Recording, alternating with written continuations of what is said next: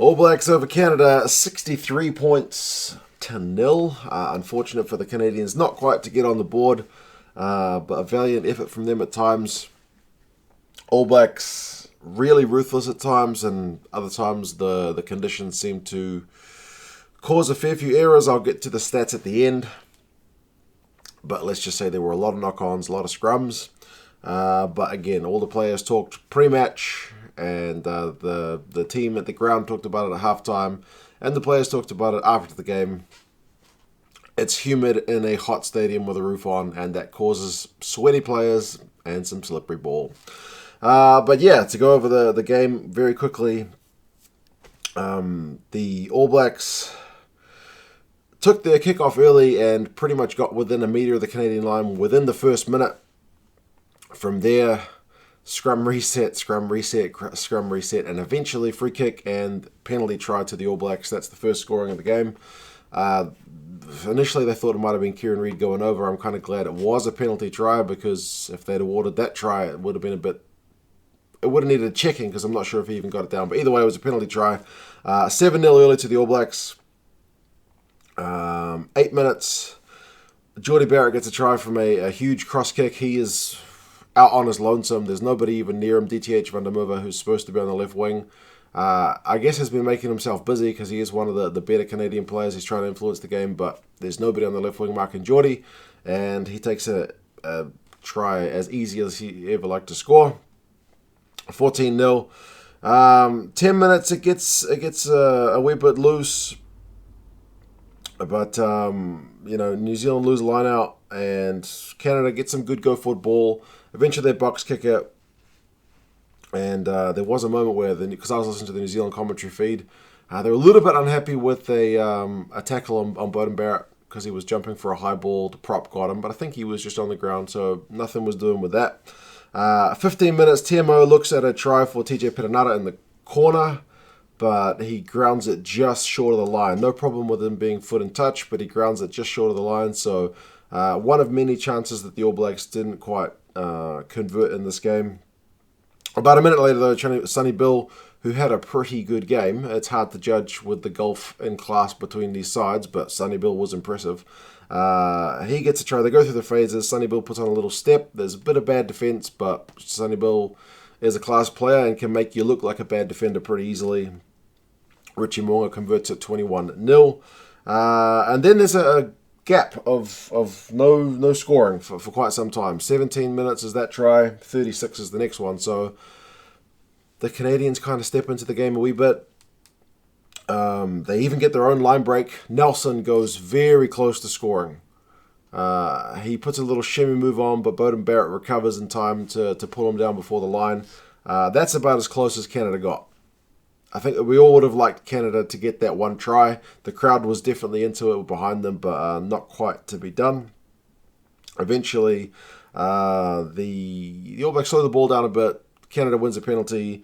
They take it to touch, and then from the maul, the All Blacks just control it and turn them over. So nothing doing from them, although Canada do get a decent period of possession, so they're kind of coming back into the game as much as they can. 31 minutes, All Blacks get some ball. Scott Barrett has another chance to score a try, not another chance for him personally, but another chance for the All Blacks, as I mentioned Perenara's one earlier. And then he drops the ball clean as he just needs to put it down over the line. And that might be to do with the fact that Anton Leonard-Brown mentioned one of his last tries, because Scott Barrett kind of did a half dive, half fall over the line.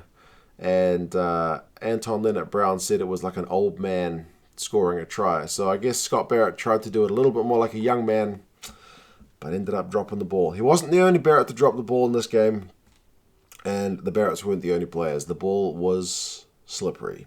Ta'avao went off, I think, after about 26 minutes, and they never came back to us as to any news as to what was up with that, but I guess that's interesting. Canada got warned for yellow card potentially with the scrum, because it was giving away a lot of penalties. But eventually, the All Blacks score. It's Beauden Barrett, a little kick through, he collects it, and it's 28-0 at half-time. I mean, there was a while when the All Blacks were going like a point a minute, and then it really slowed down. and they finished off the half with a try. So slick periods, but also some periods where it was a bit lacking and the Canadians were doing quite well. Halftime stats, knock-ons were 7-3. Knock-ons got worse as the game went on. 337 to 151 was the run meters. Possession was 68% All Blacks. Territory was 71% All Blacks. All Blacks were tackling at 95%. It's one thing I didn't really mention. When the Canadians did get the ball, they never really looked like opening the All Blacks up, except for that one line break. I think it was the halfback, and then it was the scrum, the first five. That was about the only time where they really got some pay in the first half. Canada were tackling at 72%, 51 out of 81, so not the best for sure, but it is tough against the All Blacks. Second half, players come out. Good Hughes off at halftime, so is Perenara. So I guess they're rotating the players around a bit, giving them a bit of a rest. Weber comes on. He gets a couple of tries later on, but good for him to get some minutes. 40 minutes, is it, 41. Rico Ioane gets a try. It's pretty much straight from the kickoff. Sonny Bill gets a line break. I think it was Scott Barrett that set him up with a nice pass. It all started with Jordy Barrett winning an aerial ball, which he's pretty good at. And, try time, 35-0. 44 minutes, there's a try. It's Mo'unga to Reed and to Sonny Bill. No, it's Scott Barrett, SB. I've got my notes, not Sonny Bill. So Scott Barrett does get a try. All three Barretts did get a try. If you had a bet on that, I'm sure you would have made some money. 42-0, 46 minutes, Frizzell from a maul. Rico Ioane gets the ball. He gets it to Frizzell, and it's a try, 49-0. And this is an open the floodgates period for Canada. It's a bit disappointing, but you look at the times and eventually they do stop. 49 minutes, Weber gets a try. Beauden Barrett puts some gas on the counter. It's 56-0. And 57 minutes, Weber gets his next one. It's a scrum move, Mo'unga a little pop pass, and it's 63-0. That's where the try stopped. So, kind of like in the first half where there was 20 minutes of no try scoring, no point scoring for the All Blacks. Same deal here, but slightly longer. So credit to Canada for being able to put some pressure on the All Blacks to cause them to make mistakes. The conditions weren't conducive to great handling, but you could see the All Blacks could do it, but they weren't able to do it for the second half of that second half, so the final quarter. Their defense improved, the Canadians. The All Blacks did blow a few moves. They still could have had some tries, but errors were made. Even the Canadian scrum seemed to step up a bit as the game went on. So less scrum penalties. The scrum was certainly under a lot of pressure when they were on their own feed, but they were always able to get the ball out the back. Kieran Reid was having to use the ball at the back of the All Black scrum as well. So they stepped up, the Canadians. They can still hold their heads high despite the fact they didn't score any points. 73 minutes, Savia and the guy Paris had a big head clash not long after Savia had come on. And I guess this is kind of why he's wearing the goggles, is to protect his head and his eyes, because it wasn't that far from his eyes, but his goggles had come off by that point. He'd been on a couple of minutes. So hopefully they find a way to secure those things a bit better. I know scrum caps come off and whatnot all the time too, so it might be a tricky one. But Paris had to go off HIA. He was not looking good. He was pretty groggy. And then right towards the end, Canada get one more big break. Huge line break. Again, nothing comes of it. And then Beauden Barrett has a big line break the other direction. One of the Canadian guys was chasing him down, showing some actual gas to keep up with him. And that pressure made Beauden just drop it clean. Canadians went back, tried to get some phases going, but they were all knackered. Both sides were knackered. So eventually, I think it was Phil Mack just kicked it out. Let's be done with it. Let's go into the sheds. The crowd, I think, was a little bit disappointed that Canada didn't push for that try. But like I said, there were kind of two times where they really cut up the All Blacks. But for the most part, it was pretty hard for them when they were trying to go forward. So that was the end of the game. Final stats, run meters 906 to 291 for the All Blacks. That's a lot of run meters. Possession was 64% to 36, territory 71-29, so All Blacks really in control of the game.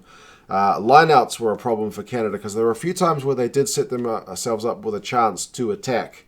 They would lose the lineout. The lineout percentage was 50, which is bad. Scott Barrett was in there. Kieran Reid was in there stealing ball. All Blacks lineout was 90%. I think they only lost the one. Tackling percentage, All Blacks 90. Top stuff. As I said, the Canadians were really struggling to find a way through.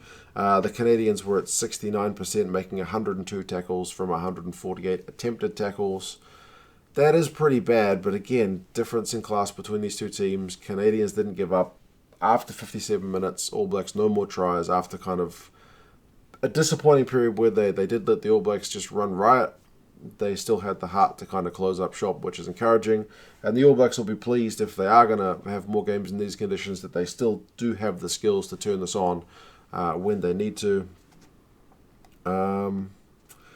Knock-ons were 18-9. So Canada won't be happy with 9 knock-ons from, 36% possession. That's not ideal. But the All Blacks certainly won't be happy with 18 knock-ons at all. That's far too high. But again, the conditions. Penalties conceded was 6-9, so reasonably low. Clean breaks was 24-3. That's credit to the All Blacks for creating 24 clean breaks. But I suppose slightly also credit to Canada. And they conceded 9 tries, but the All Blacks got 24 clean breaks, so it could have been more. Sonny Bill, like I said, was good.